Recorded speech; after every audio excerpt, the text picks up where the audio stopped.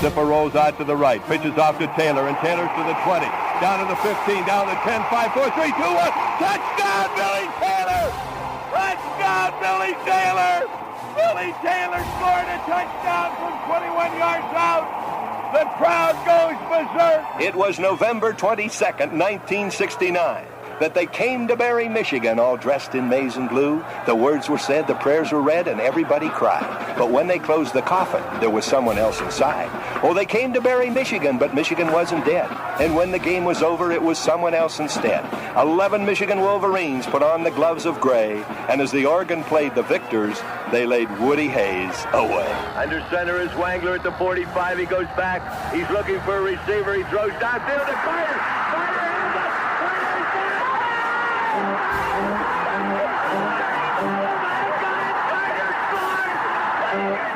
Who's got it better than us? Nobody!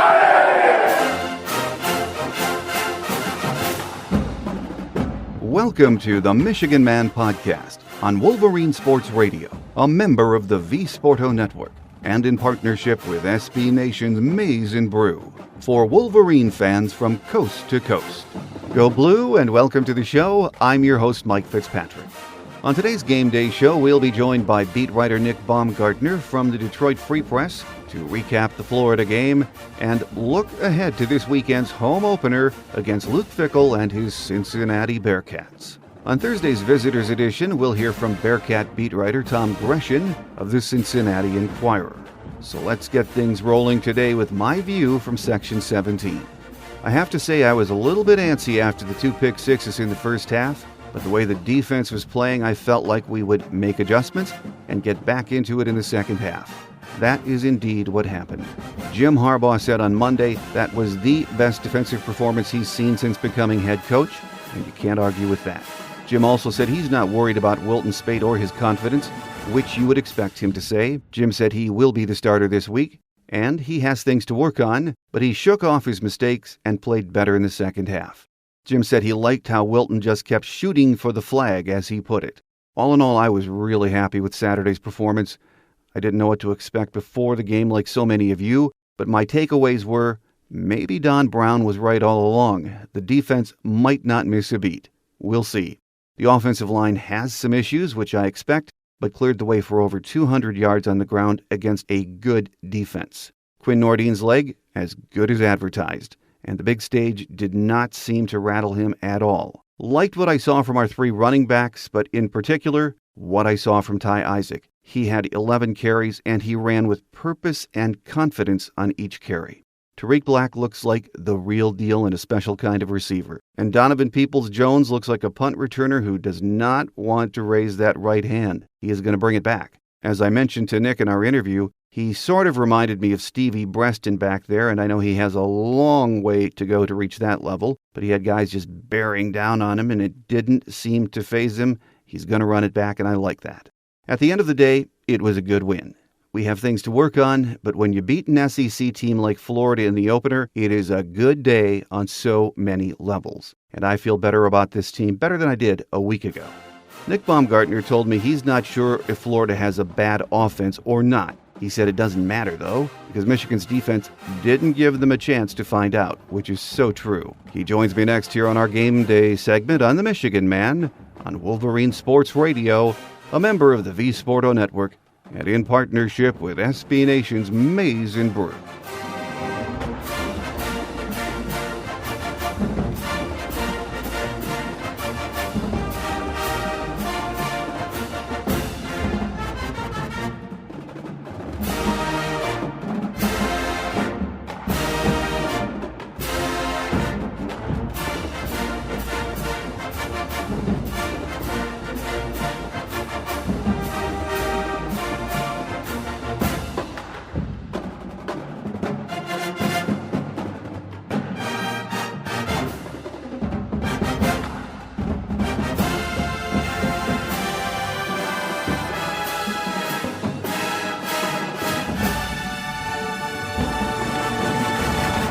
With us on our Michigan Game Day segment this week to recap the opener against Florida, and yes, take a look ahead to Cincinnati in the home opener, is beat writer Nick Baumgardner from the Detroit Free Press. Welcome back, Nick. Good to be here, Mike. Hey, new intro, right? New intro. A little different. As I mentioned to you before we started, hey, I've got to get used to the new address, but I'm sure all of our Michigan listeners and fans already know where you are. Yeah, sounds good. I appreciate it. Good to be here, Mike. Thanks for having me. Well, Nick, let's start talking about Wilton Speight. I'm going to cut him some slack. I've watched the game over and over a few times. New receivers, I think that is a quality defense. Time will tell. Of course, he had the accuracy issues. His performance was Saturday, I hope, a blip on the radar screen. It's just one game. Are some of us overreacting a bit, do you think? Oh, yeah, I mean, I don't know. That's a tough one for me. I think probably some a little bit, and some to your point where, it is just one game, and, Florida did have some athleticism up front and was able to maybe cause some problems. But at the same time, he's a second-year guy now, and he's a second-year starter, and he's earned plenty of that criticism from that game because the first interception that was brought back, obviously, that's one where it's on him and Kekoa Crawford. That ball was a little high, but Kekoa should have probably brought that in, caught the football, and not maybe volleyball it up in the air right into another guy's arms. So that's on both guys. The second one was just terrible. I mean, that was a terrible throw. He didn't have anyone in his face. He had a receiver that was open, and he sailed the ball right into the arms of a defensive back. I mean, that's as bad as anything he made last year. I mean, maybe worse. I can't remember a time last year where he threw one right into somebody. That was just, maybe that was an anomaly. Like Jim Harbaugh said after the game, that just didn't seem like him. So that was bad. And then the misses down the field those to me were almost more concerning, leaving points on the field by, missing an open receiver headed to the end zone, missing guys in the back of the end zone, missing guys deep. He did hit a few, but, some of these downfield accuracy things were problems in spring. There were problems last year. And frankly, I wonder also if you're Michigan, if you don't, tell yourself in your play calling, like, look, let's pull back some of that. And maybe, when he's throwing underneath and he's throwing intermediately to some of these athletic youngsters, let's let him do that and then maybe work himself up to something different. But I don't know. I mean, he's got to fix a lot of stuff. That was not a great debut for him. He like I said before, Mike, I mean, I understand your point completely, but at the same time, this is his second year now, and, things have changed, and he's got to get better. Not the Kekoa Crawford interception, but the other one, I think he was trying to get it to Grant Perry. That was one of those where you watch it and say, where was he throwing that? I mean, how could he think it just doesn't make any sense. No, it doesn't. So I'm going to cut him some slack on that one. When Jim sat Wilton down in the first half and then John O'Korn came in, Todd Blackledge was mentioning on the telecast that, oh, don't worry, this was planned. Drevno told him that they were going to get O'Korn some snaps. Was that true? Had that been mentioned by the staff before the game? Well, I'd heard the same thing. It hadn't been mentioned publicly by them, but they had, I'd heard the same thing that they wanted to get John O'Korn in the game, whether they thought he'd earned the snaps or they wanted to see how he reacted or whatever. There was a plan before the game in place that they wanted to get John O'Korn in the football game, and they wanted to get him in the game before, garbage time or whatever to see what they had with him, with a special package or something. However, now I don't think the plan was to get him in the game after two disaster interceptions and everything looked like it was kind of rattling off the tracks there. So part of me wonders if it was still a little bit of that, let's get him in there. But I think a lot of it at the same time was also twofold of, like Harbaugh said after the game, they had to calm Wilton down. They had to find some way to get him out of there and let him kind of reset and refresh. And then at the same time, I think a lot of that too was, all right, John O'Korn, you're up. Let's see what you got. And I thought that was a missed opportunity by John because if he goes in the game there, I mean, he makes one beautiful throw to Tariq Black down the sideline, and I wondered, if John O'Korn puts a couple drives together, maybe they don't take him out. Maybe he forces them to leave him in the game, right? So, but then he runs into a sack and has some problems with the pocket, and then the offense just doesn't go anywhere, and Wilton has to come back in. So that was interesting because, I'd heard the same situation of they wanted to get him reps, but then I don't think they anticipated putting him in that type of situation where the sky was falling. on offense, and then he does go in the game, and it's this huge opportunity for him, and he's not quite able to sort of seize it, and now you're right back where you started, and you had to go back with Wilton, and it looked like at that point that it was almost ride or die with Wilton, because it looked like he's your guy no matter what, and he's got to figure it out. So I don't know. This is going to be really interesting going forward. I mean, because it really did seem like O'Korn was a lot closer to Wilton this year at the end of camp than he was last year, enough to where they wanted to get him in a football game, and then obviously they did. We'll see what they do against Cincinnati. I mean, I don't know. That should be more of a blowout type situation, but we'll see if they play more than one guy or what happens. But it'll be interesting going forward. Well, the offensive line was a focal point for me on Saturday. I think it was for a lot of Michigan fans. And against a very good front, at least we think it's a good front, I thought they, at the very least, held up pretty darned well. How about you?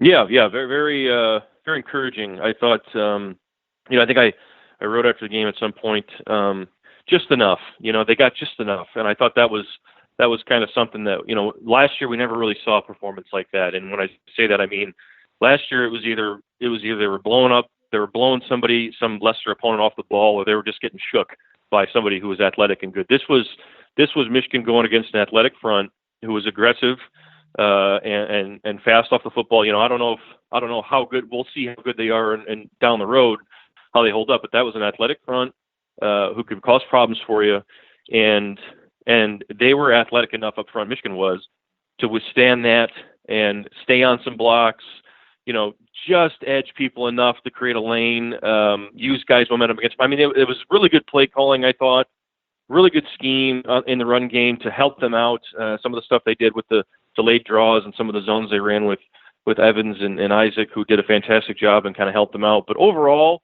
a couple issues with the pass protection early from Nolan Alizio, and a couple spots later in the game that were a bit of a hiccup. But man, I thought for the first time out with 3 new starters against a really good unit, that was really good. I'm going to bet you that Tim Drevno and Greg Fry slept pretty well on Saturday night, because that was a lot to work on still. But man, that was not bad. I mean, because we know, Mike, we've seen what it looks like the other way.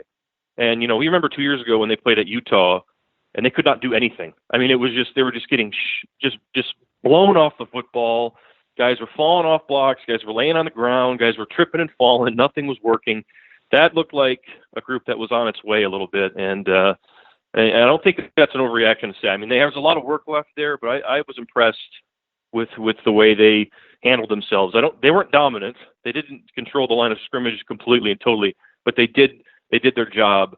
And they did enough, and they were savvy and athletic, and that was good to see for those guys, because I think that was probably a real confidence builder for them. No, that's right. I think for the first time in a long time, we saw more positives than negatives from the offensive line. Yes, moving forward, you have to clean some things up. First game against a good SEC opponent or defense, I liked it. And we saw 3 backs get carries, Ty Isaac, Chris Evans, Karan Higdon, 49 running plays for 215 yards. And of the 3 backs we saw, Nick, I really liked what we got from Ty Isaac. I mean, he ran with purpose on each of his carries, which is, something we've not always seen him do in the past 2 years. Yeah, absolutely. I mean, running through arm tackles, not getting tripped at first contact. His head was up, really good, really decisive in his cuts. And then he's just running to daylight. And I think that's the stuff they thought they were going to get from him when he came here as a transfer, and it just never really clicked in. And this looked like, the Ty Isaac they've been waiting on. And we'll see if he can carry it over, of course. All 3 of them were good. Higdon was good in less carries, and Evans had some nice ones too. But Isaac was probably the best of the day. And that doesn't mean that, one of those other guys can't be it next week or whatever. That's just the nature of that rotation. But, really good showing from Isaac, able to take advantage of some of those, those delayed draws in late situations. But, again, those are good calls, and you're catching Florida in a spot, but, he's making plays with his feet and his eyes to turn 5 yards into 12 or more than once. So, that helped the offensive line a lot too. And I thought that was really good from the backs, because there were several plays where, you'd see a play that maybe looked like it would have been, no cuts to Davion Smith, but a play that would have been 1 or 2 yards last year with Davion that was turned into 6 or more. I mean, because those guys are making sharp cuts using their eyes, and they're getting they're either bouncing something or they're cutting back up the field and getting into the right spot. They're finding gaps.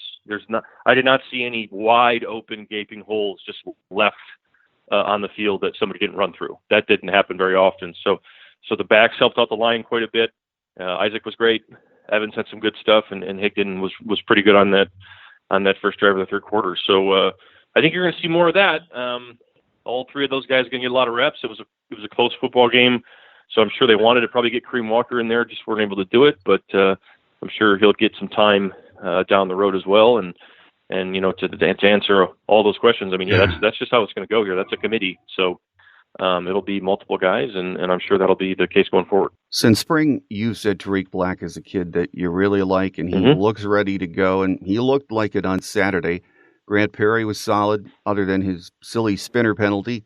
Kakoa Crawford was running free and open a lot of times, I thought. McKeon had some nice grabs. A lot of weapons in that receiving core, Nick. Yeah, and some guys that are still growing, it seems, that weren't quite all the way there yet. But, Tariq Black, like I said, I mean, not to toot my own horn here, Mike, but in spring, I'm telling you guys, I mean, he might have been the best offensive player they had in practice when I watched him play. I mean, he was that good. I mean, I was blown away by how good this kid was as a freshman in terms of, not just raw athleticism.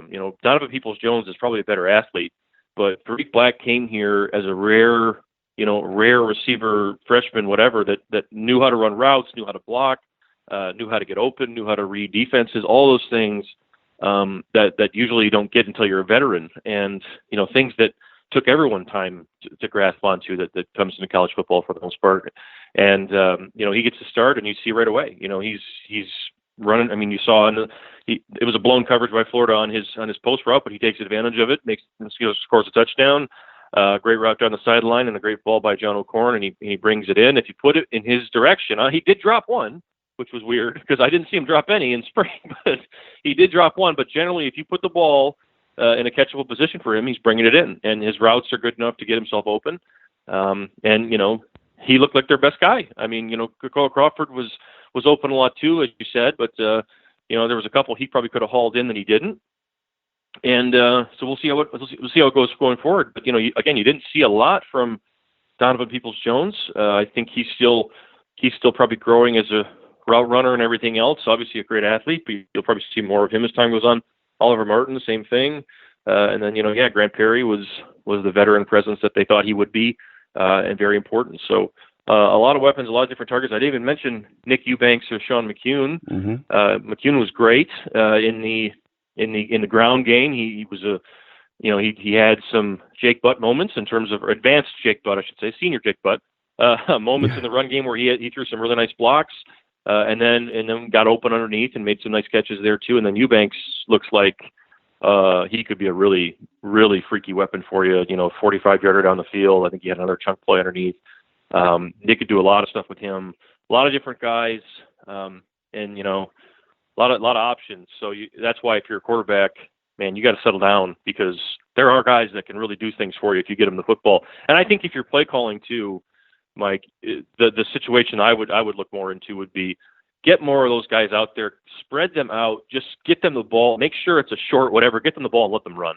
I mean, that would be something I would spend some time on, because there's just free yards against some team. Maybe not Florida, because they were very athletic, but maybe against some of these other teams, you're going to have free yards if you just throw the ball in space the thing out, throw it short to somebody and let it go. I mean, that's free stuff. So I'd be surprised if we didn't see more of that going forward, and I would almost expect it. Well, I did like what we saw from Eubanks and McCune. I don't know if I missed it last week. Tyrone Wheatley, was there something wrong, or is he number 3 in the pecking order right now? He started the game, and he was out there quite a bit, actually, early on. Ian Bunting was the one I maybe had the question on. But as time went on, it looked like they went more with McCune in critical spots, especially to start the third quarter. And that was a critical drive. That was the biggest drive of the game. And McCune was out there leading the way. So I think that might have been a feel thing that maybe they thought, because McCune did have a nice first half. I think maybe they thought that, hey, he's in there doing some things.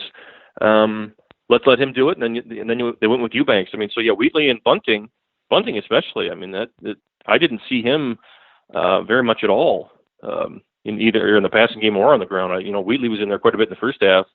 and then they went a lot with McCune and Eubanks in the second, and Bunting seemed like he was 4, and Wheatley maybe fell to 3. I don't know, but that's going to be a rotating thing too, probably. All right, it's 4 guys in a group. 3 of them are going to get a chance to play, maybe 4, but probably just depends on how they practice that week, and they're going to see how it goes. And that's new coach Greg Fry coaching those guys up, so maybe that's a feel thing on his part, but seemed to work out. As McCune was pretty good, Eubanks had some nice plays, and they have options, and we'll see how it goes. The competition there's probably intense, and I'm sure that'll continue. Well, my takeaway on the offense was could have been better. You take away the pick sixes playing against, again, what we thought is pretty darn good defense. We saw negatives, but there were a lot of positives to take away for the offense as far as their play Saturday.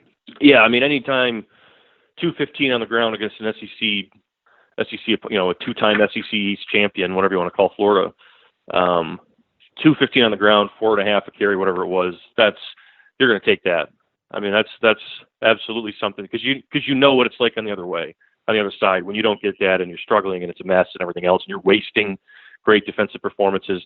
That was not a great defensive performance wasted. That was a young offense that was trying to find its stride, but also at the same time they did more than enough to make sure they didn't waste one of those all-time ridiculously good defensive performances that we've seen happen here in the past. And I thought it was good adjustments by the coaches coming out of halftime. Their best drive of the game was the opener in the third quarter, where they settled everything down and they just went to business and scored a touchdown. And good calls throughout the game. A nice job of helping out a young line, and then those guys stepped up and made plays, and the backs kind of carried the day for you. So it's going to take a couple weeks, I think, for everything to hit its stride for these guys. I think that was expected. And that probably includes the quarterback too. But, at some point it's going to have to happen. We'll see where they are maybe against Purdue or Michigan State here in a couple of weeks. But, it's going to be a process and something that they build with. But I do think the coaching staff looks pretty solid right now, and I think that they're in pretty good hands. With us here on our Michigan Game Day segment this week as we take a look back at Florida, and in a few minutes we'll look ahead to the Cincinnati visit this Saturday for the home opener, is beat writer Nick Baumgardner from the Detroit Free Press. Now moving over to the D, Nick. As nervous as the offense was making me early in that game, I think by midway through the second quarter my thought was Florida is just spinning their wheels against this defense. And I don't care if they are a bad offense, that defense was fast, and they were fantastic. Yeah, Michigan never gave Florida a chance to prove if it was bad or good. It was just, they just completely swallowed them in every way, and it was multiple. It was layered. It was a fantastic scheme and game plan from Don Brown, who just completely outcoached McElwain and Doug Nussmeier at every turn, and had things that that were maybe a little unexpected, as he often does. A surprise wrinkle here or there that really always works. And then more than that, it was the effort and the speed across the board. That defense looked faster than last year's group somehow. I don't know how that's possible, but it did. And I looked at it over and over again and just thought, that's Devin Bush is an upgrade in terms of speed in the middle. Khaleke Hudson appears just as fast on the outside in terms of straight line stuff as Peppers was, maybe not as agile or whatever, explosive in terms of returning a punt, but in terms of playing linebacker, more than fine. Josh Metellus especially, that's an upgrade in the secondary. Your corners are not as good at covering, of course, but they are just as fast. And then even the guys you bring off the bench, the defensive line. Geez, Lou, that's when Mo Hurst is releasing from a block in the middle of the field and then outruns your entire team and chases down a wide receiver to stop a receiver screen for a yard. That says it all. All 4 of those guys, or all 3 of those guys, really, because they win a lot with a 3-3, 5 with Noah Furbush in there instead of Monet to get more speed on the field. But Winovich, Hurst, and Gary were everywhere. They were, and it was all speed. It was all get off the football. They closed on ball carriers in the backfield. That was a swarm, and that was relentless, and that looked like 8 months of a group that had sat there and listened to people talk about how they were replacing all these starters and they weren't going to be able to hack it, and they just went out and blew the top off the whole thing and said, we're pretty good too, and that was a heck of a show. I'll say that, from really across the board, and something that they're now going to have to follow up because now there's an expectation, but really, really fast and athletic. and you could just kind of see that they cut them loose and let them go do their thing. I was hoping the young corners were going to get tested by Florida, but that just didn't happen. Secondary is going to have some big tests coming up. I think we all know that. But I thought overall, Nick, I mean, there were some receivers that ran open, but overall, not bad. Yeah, there was adjustments you saw. You saw them rebound. I think, Lavert Hill on the first series of the game, he gets beat over the top on what looked like pretty good coverage. I mean, he maybe could have got his head around a little bit quicker. But that was a really good ball. I mean, that was a great throw, probably his best throw of the day, and a great catch down the sideline. So that's one of those where you're just like, okay, you just got beat. I mean, let's move on, And then the second one was bad. I mean, he got lost. He got lost on the field, turned the wrong way, didn't know where the ball was, and got beat. But, you saw at the opening start of the second half there, he comes out, almost picks off a pass, had really good coverage right down the field. Brennan Watson has good coverage down the field and gets his hand up and breaks one up. I think we didn't see a lot of David Long. He got dinged up, but I didn't see him do anything egregious. And Tyree Cannell was really good all over the place. So, as was Metellus. So I think that you saw them adapt and adjust, and they did make some plays. It wasn't, it wasn't them running around lost. But it kind of speaks to the thing that Mike Zordich talked about, where, certainly they're talented enough to do this. It's just about consistency. And, with Mike Zordich, consistency, fair or not, is every snap. So, you can't get beat at all, and that's his expectation. But they were able to sort of adjust and make some plays. It was just, you're going to see some of that. You're going to see some leaks, and you're going to see some chunk plays that we haven't seen in the past. But not too bad overall. Some good tackling as well, so not too bad from them. Special teams play included the good and the bad. We had the punt block. Donovan Peoples-Jones did, I thought, a nice job returning punts. Even reminded me a little bit of, this might be a reach, but Stevie Breston back there catching punts, because there are some times when I thought, man, you're not going to put your right hand up, are you, buddy? You are going to bring it back, which is exactly what Steve Breston used to do. He didn't mind getting popped, but overall, I thought special teams were pretty good too. Yeah, I was going to say, if you're Steve, you don't set punt return records at a school that'll never be touched if you're back there fair catching the ball, right? And that's what Steve Breston did. So fair enough. I mean, that's. I think, Harbaugh kind of mentioned that he'd like to see him get a little more tight with the football. There was a few times I think they were nervous that maybe the ball would pop out as he was kind of playing loose back there. But he's a confident young kid, and he wanted to break one. You could tell, and he was aggressive with it and not scared to do it, which is really important, because that could be a terrifying position. I'm sure he'll get better as time goes on with that, but that's a good role for him to have, and something maybe he can settle into and be their guy there for a couple of years. Or at least for a good stretch here. So overall, that was good for him. And then Quinn Nordeen was fantastic. Other than the last two of the game, 4 straight to open it up, 2 50-plus yarders. They got everything they wanted from him and more, it looks like. So that looks like the kicker of the future for sure. And you got 4 years of him, so pretty good. Punting, they did get the one blocked, but rebounded there and looked fine. Will Hart, I believe, was the punter. So.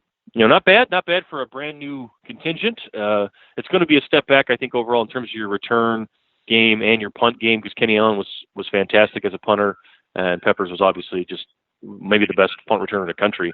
So it's not going to be as good, but not too bad, not a bad start. Well, let's look ahead to the Cincinnati home opener coming up this Saturday in the Big House, Nick. Luke Fickell brings his Cincinnati Bearcats to town on Saturday. They beat Austin Peay on Thursday night, hung on 26-14. On paper, this sure looks like a game that could get out of hand really early, doesn't it? Yeah, it's a 31.5 spread, or at least that's what it opened at.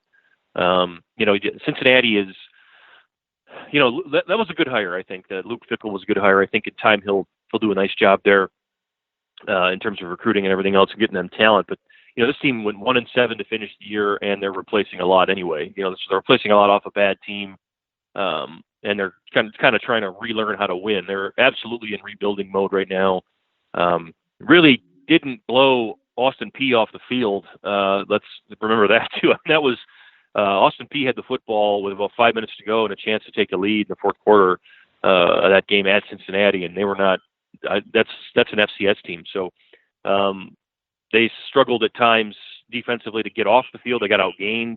They didn't really do much in terms of, they had less than 300 yards of offense.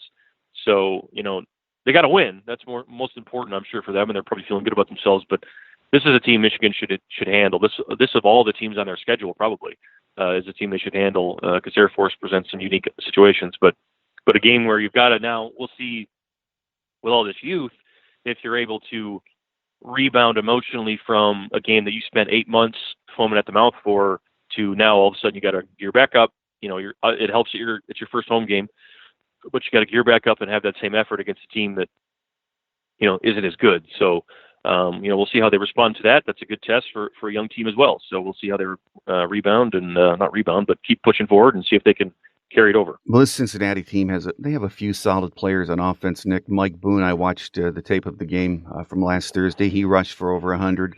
Junior quarterback Hayden Moore, 17 of 28 passing. They have 2 receivers back from last year. They look pretty nice. They have some issues on that offensive line, but still, they only gained 248 yards against an FCS team. Man, is it hard to imagine them having much success against Don Brown's defense, isn't it? Yeah, especially when you just mentioned it, issues with an offensive line. If you're a team like that is rebuilding anyway, and your offensive line is not great, and you're going against his front seven, that could be a long night. And that's the one thing where I think I give we'll see how the youngsters respond. But Don Brown's pretty good.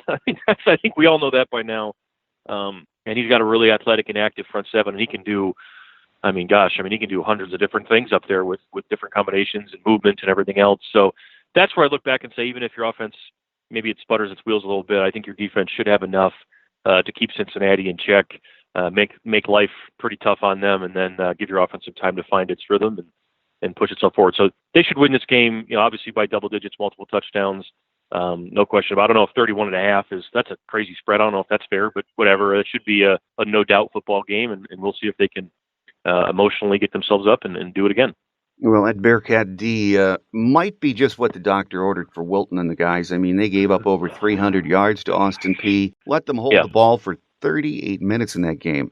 And I'm not sure, what we'll learn about the offense watching this game because this defense is not very good. But Wilton's going to have guys open, and we're going to get a good idea if there's a timing issue, I think, or an accuracy issue this week. Yeah, they just could not get off the field. They say almost 40 minutes against an FCS team. That's staggering almost.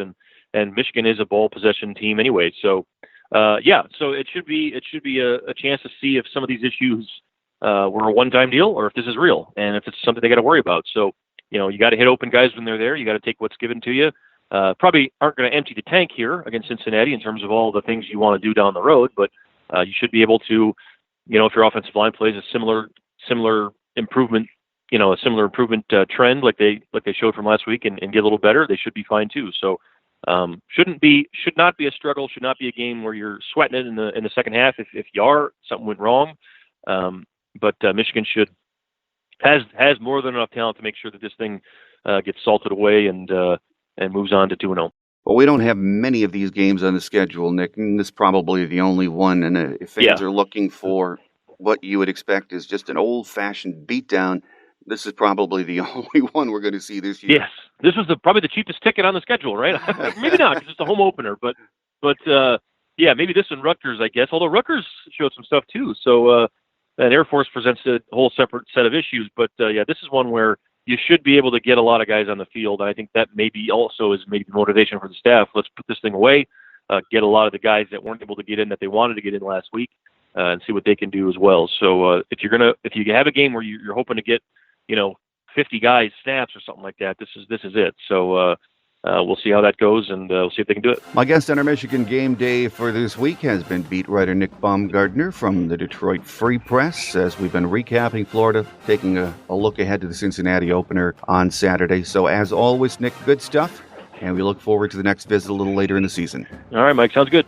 Quick Hits is next as we wrap it up on this game day edition of The Michigan Man on Wolverine Sports Radio, a member of the V Sporto Network, and in partnership with SB Nation's Maize and Brew.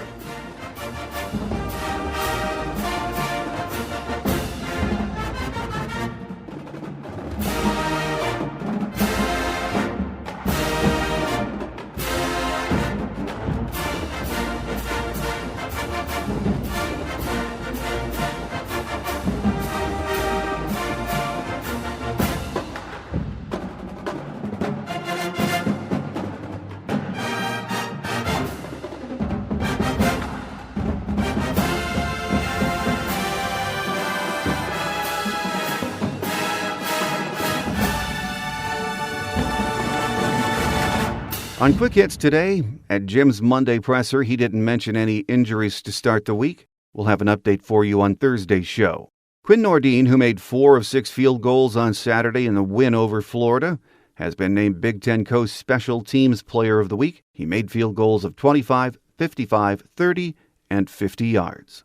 On Thursday's Visitors Edition, my guest will be Bearcat beat writer Tom Groeschen from the Cincinnati Enquirer. This will be the first ever meeting between the two teams, but head coach Luke Fickell has made plenty of trips to the Big House himself during his days as a player and a coach at Ohio State. Cincinnati is coming off a 26-14 win last week against Austin Peay. We will update the injury situation then and have our usual game day facts, and that's on Thursday's show, our Visitors Edition.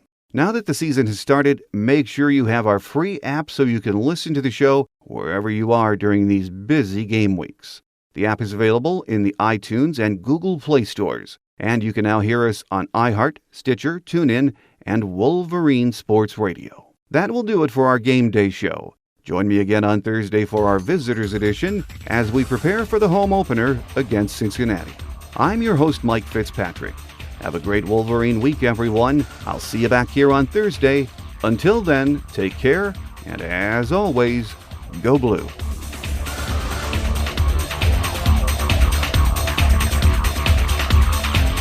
Thanks for joining us today on The Michigan Man, here on Wolverine Sports Radio, a member of the V Sporto Network, and in partnership with SB Nation's Maize and Brew. Our listener lines are open 24/7 for your calls at 313-263-4842. That's 313-263-4842. Or email us at themichiganmanpodcast@yahoo.com. That's themichiganmanpodcast@yahoo.com. The Michigan Man Podcast is produced at the studios of Robin Lynn Productions, Allen Park, Michigan, and is not affiliated with the University of Michigan. Go Blue!